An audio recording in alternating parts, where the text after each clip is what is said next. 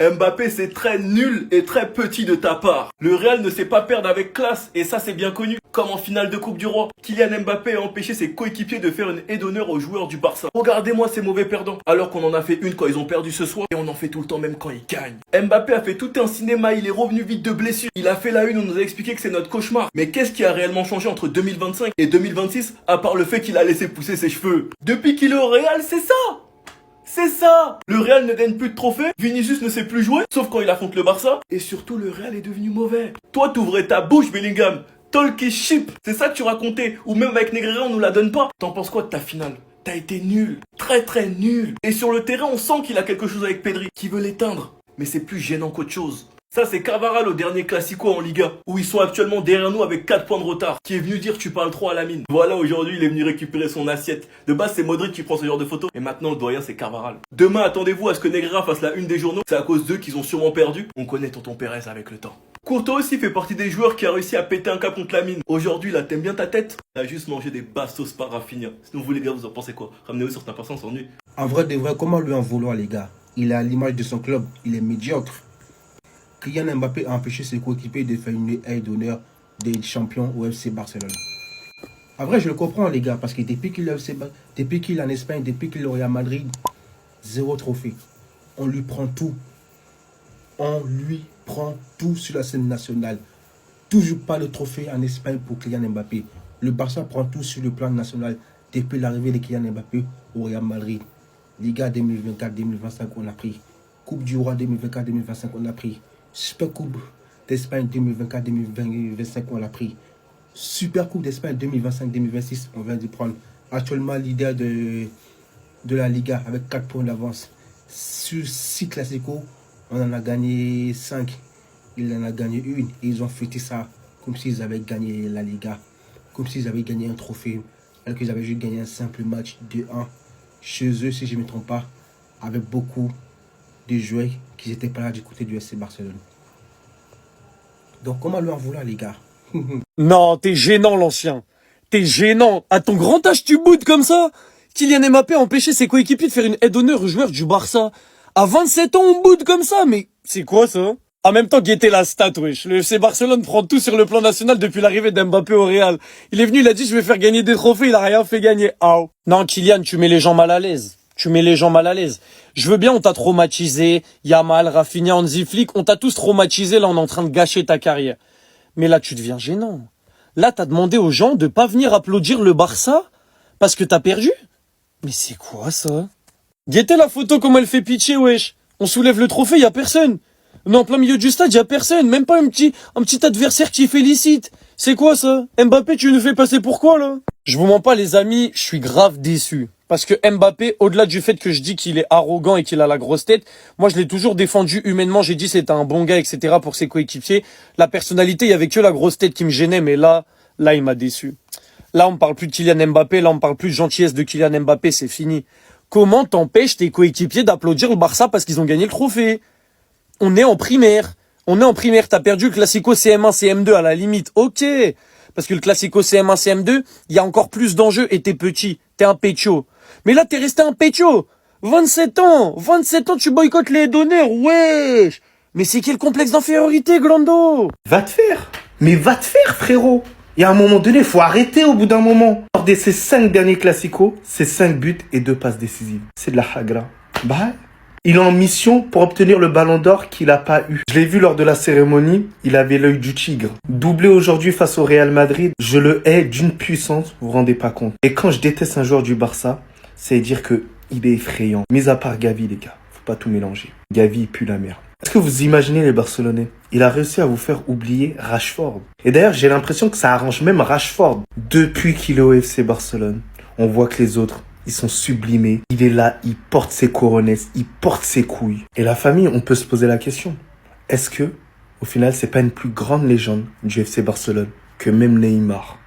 C'est vraiment la question que là, je suis en train de me poser. Parce que les stats qu'il a, la contribution offensive qu'il a, la contribution défensive qu'il a dans ce FC Barcelone, l'amour qu'il a pour le FC Barcelone, fait pour moi, il y a une petite concurrence. Et voir, je commence à mettre Rafinha potentiellement devant même un Neymar. Donc dites-moi ce que vous pensez en commentaire.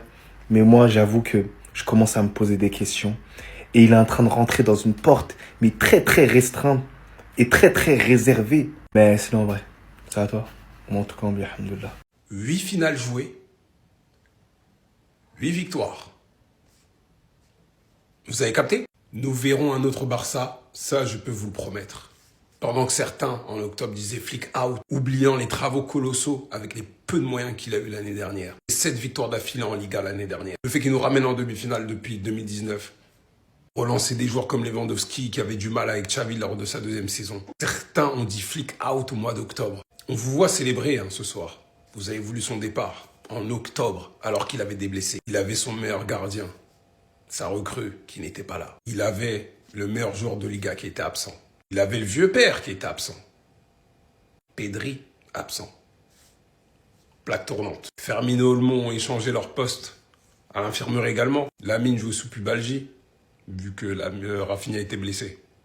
Malgré ça, certains n'ont rien voulu prendre en compte. Donc, je ne vais pas arriver et dire « ouais, célébrez pas », parce que vous allez célébrer. Mais on ne vous oublie pas.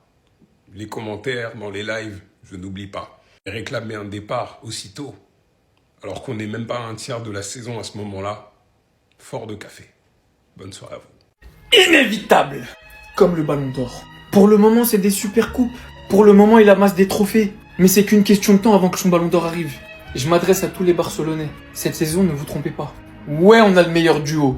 Mais le FC Barcelone appartient à Raphaël Diaz Belloli. Donnez-lui le brassard pour commencer, et ensuite on lui donnera le Ballon d'Or. Parce que cette saison, en à peine 1100 minutes, je le rappelle parce qu'il a été blessé, 17 matchs, 11 buts, 4 passes décisives. Vous avez vu les résultats du FC Barcelone depuis son retour? On a osé parler d'une Lamine Yamal dépendance? Non. La réalité, c'est que ce mec-là, je pense qu'on peut juste le renommer Monsieur Clutch. Sur les 5 derniers classicos, Rafinha, c'est 5 buts de passes décisives. Et on parle bel et bien du plus grand match de football, Barça-Real. C'est une bête de pressing. Depuis la saison 2024-2025, Rafinha, c'est 49 buts, 26 passes décisives, tout ça en 43 matchs. En 83 matchs, il est à 74 buts et passes décisives.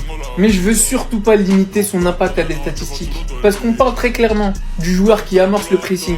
Et on parle même d'un joueur qui défend mieux que nos défenseurs actuellement. Il fait littéralement tout sur le terrain. Du départ du pressing, au but marqué, aux passes décisives, au travail d'un capitaine et de leader. On est pour moi sur le meilleur duo d'Europe, quoi que vous en disiez. On peut discuter avec Olivier et Isaac. Mais je vous le dis, c'est déjà une légende du club. Vous en faites ce que vous voulez. Ce que Rafinha est en train de faire au Barça. L'histoire qu'il est en train d'écrire quand on sait d'où il est parti. Il est déjà dans le cœur de tous les Barcelonais. Il en sortira plus jamais. Et réussir à inverser la tendance comme il l'a fait et atteindre les sommets qu'il est en train d'atteindre. Rafinha est en train d'écrire un archétype de carrière que très peu d'humains sont capables d'atteindre dans une vie. Mon frère, mon roi, mon capitaine, je mourrai avec toi s'il le faut, mais je ferai cette propagande Ballon d'Or jusqu'à ta retraite. On va décortiquer ce but de Vinicius parce que c'est n'importe quoi. Accélération sur son côté. Là, il instaure la peur de la tête de Koundé. Koundé lui bloque l'extérieur et soit petit pont. Là, il est dans la surface intouchable. Ça rentre seulement, ça fait mouche. C'est une action de malade, les gars. En fait, Vinicius Junior, il nous déteste tellement.